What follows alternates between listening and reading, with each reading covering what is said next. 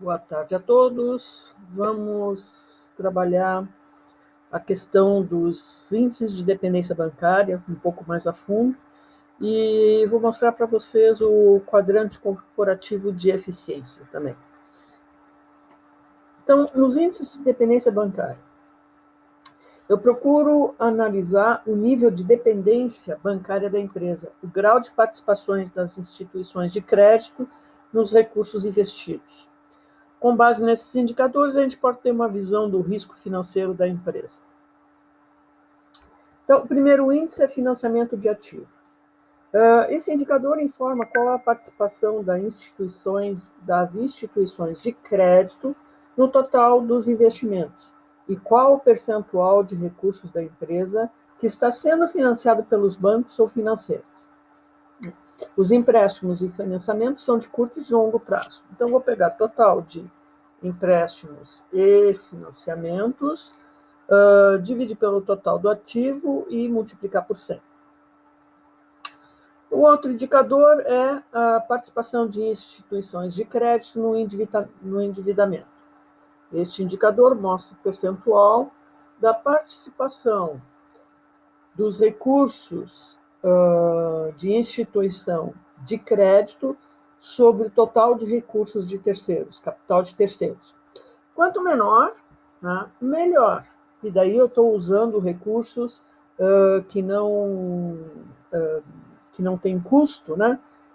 Recursos oriundos de salários, fornecedores e impostos para estar financiando as minhas operações.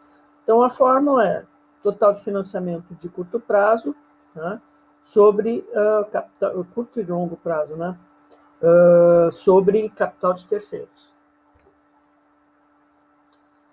Um outro índice é o financiamento do ativo circulante por instituições financeiras. E aí eu vou buscar tudo que é financiamento de curto prazo, junto a instituições financeiras, dividir pelo total do ativo circulante e multiplicar por 100. Esse indicador vai me dizer o quanto que a minha empresa é dependente de recursos de capital de giro junto a bancos para poder manter a sua atividade operacional. Tá? Então, mostra realmente a dependência bancária na atividade operacional da empresa.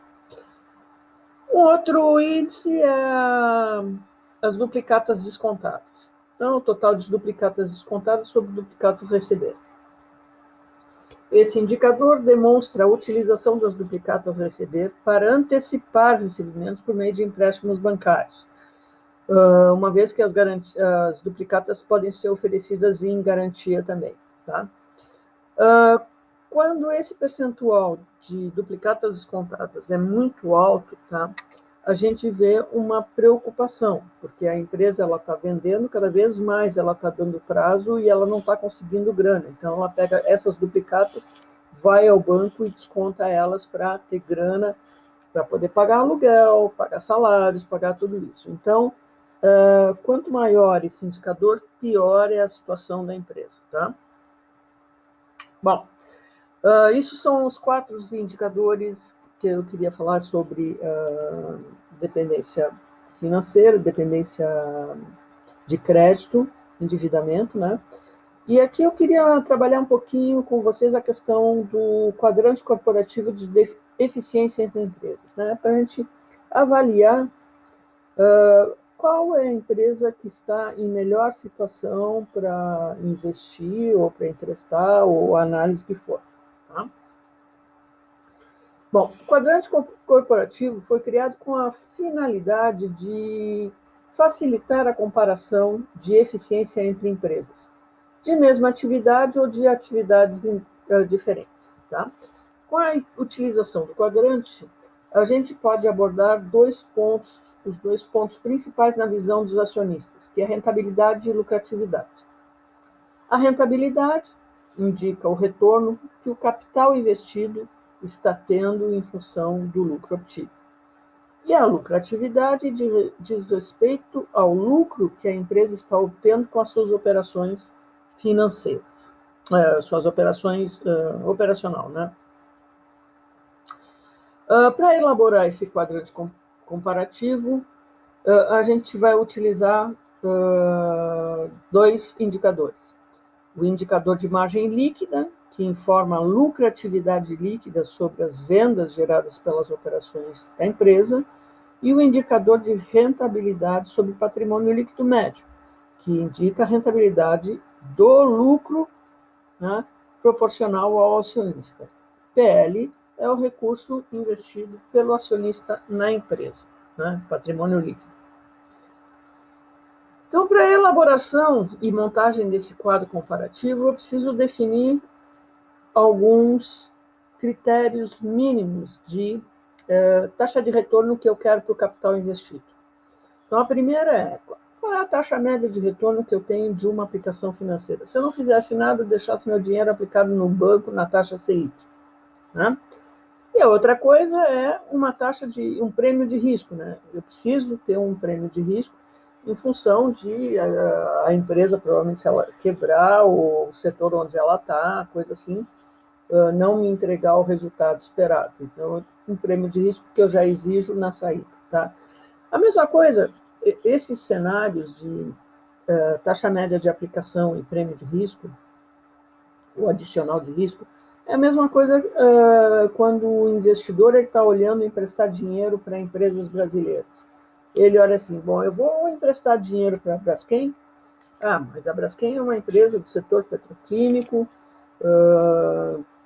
está com alguns problemas, ela está situada no Brasil, tem o risco país, tem o risco Brasil, né, do Brasil dar o calote, não pagar os investidores internacionais, ou fazer a remessa do dinheiro. Então, tudo isso, né, é o que vai ser avaliado pelos investidores. Olha, para botar dinheiro no Brasil, eu quero uma taxa de retorno de 10%. Mas tem o prêmio de risco, tem o risco país e tem o risco empresa, né? Então, vou botar mais 3% risco país e mais 5% risco empresa. A soma de tudo isso vai ser, né, o percentual de corte que eu vou dar para aplicar meus recursos. Se ela não me der uma taxa de retorno superior a isso, então eu não vou aceitar emprestar dinheiro. Então, o que a gente tem aqui? Nesse exemplo anterior, a gente trabalhou com uma taxa média de aplicação financeira de 11%, um adicional de risco de 5%, logo, o percentual de corte é 16%. Eu vou aceitar todo e qualquer investimento que dê uma taxa de retorno superior a 16%. Então, quando eu estou montando o meu gráfico, no eixo X, eu vou estar olhando a rentabilidade, né? Sendo aqui o divisor de águas 16%, que é o mínimo de risco, o mínimo de taxa de retorno, e no eixo Y, também 16% é meu divisor de águas, né? E tendo aqui a taxa de lucratividade como medida, né? Que vai ser a eficiência gerada através da lucratividade e a força do negócio através da rentabilidade. Bom, as escalas dos eixos são compostas por percentuais de lucratividade e rentabilidade. A eficiência no eixo Y informa o percentual de lucratividade, demonstra o quanto a empresa foi eficiente em gerar lucro com suas operações de venda. A força do negócio, no eixo Y, demonstra a rentabilidade, a capacidade da empresa de gerar rentabilidade para os seus acionistas.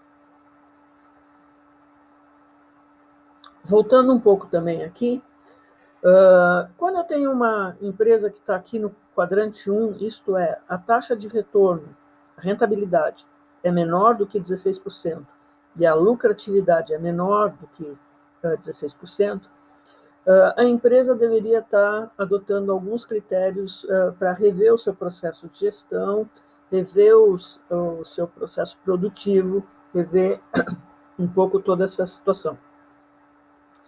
No quadrante 2, eu tenho um negócio que tem uma alta rentabilidade, né, acima de 16%, contudo, eu não tenho lucratividade. Então, eu preciso aumentar a minha produtividade.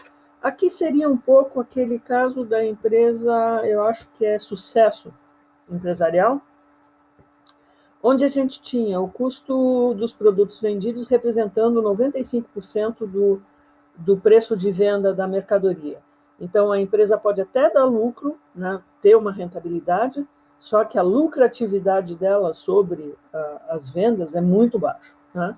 Então, trabalhar no esforço de rever toda essa parte de processo produtivo. No quadrante 3, o que a gente tem? A gente tem uma empresa extremamente lucrativa, então a lucratividade acima de 16%, só que eu não consigo gerar retorno para o acionista.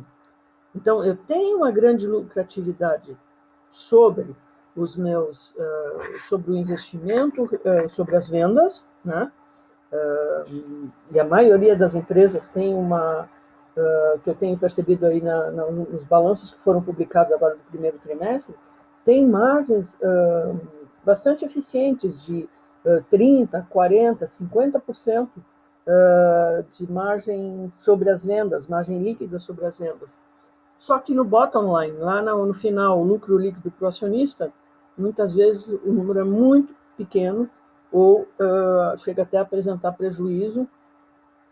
E nesses últimos dias, nesses últimos meses, esse prejuízo é o prejuízo financeiro, principalmente em função de reconhecimento de valorização do dólar perante o real, né?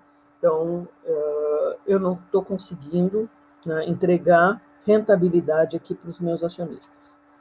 E no quadrante 4, né, o que eu tenho? Eu tenho uma empresa que tem uma excelente taxa de lucratividade e uma excelente rentabilidade. Então, é uma empresa que deve manter, né, os seus processos, tanto produtivos quanto de gestão, porque ela está sendo bastante eficiente. Bom, então, aqui um pouquinho explicando. As empresas desse quadrante têm uma baixa lucratividade no quadrante 1 e uma baixa rentabilidade e precisam rever, né, todo o seu processo produtivo e de gestão.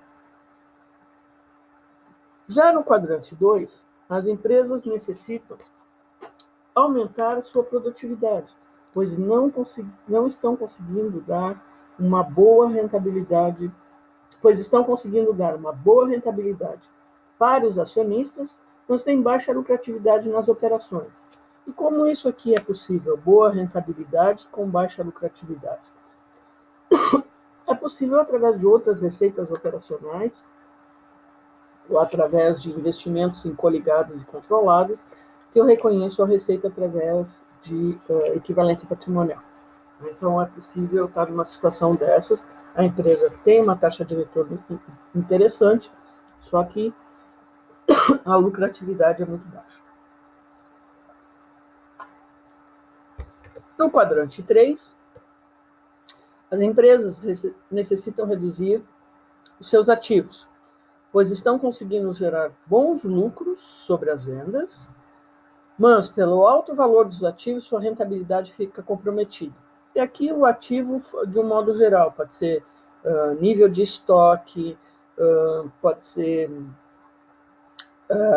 imobilizado, né? Se eu tenho um comprometimento muito alto do meu imobilizado também, eu acabo não conseguindo rentabilizar corretamente os meus investidores. E no quadrante 4, seria a empresa estar equilibrada, com bons lucros e boa rentabilidade, estão fazendo a lição de casa e aí a manter posição, né? É uma empresa que é interessante para ter em carteira ou emprestar. Um pouquinho o resumo da ópera, como é que ficaria, né, o quadrante.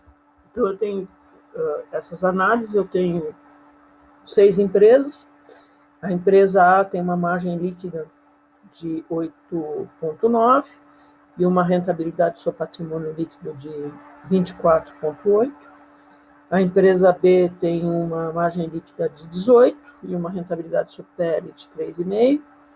Gama, que a empresa C tem 10% em ambas, lucratividade e rentabilidade.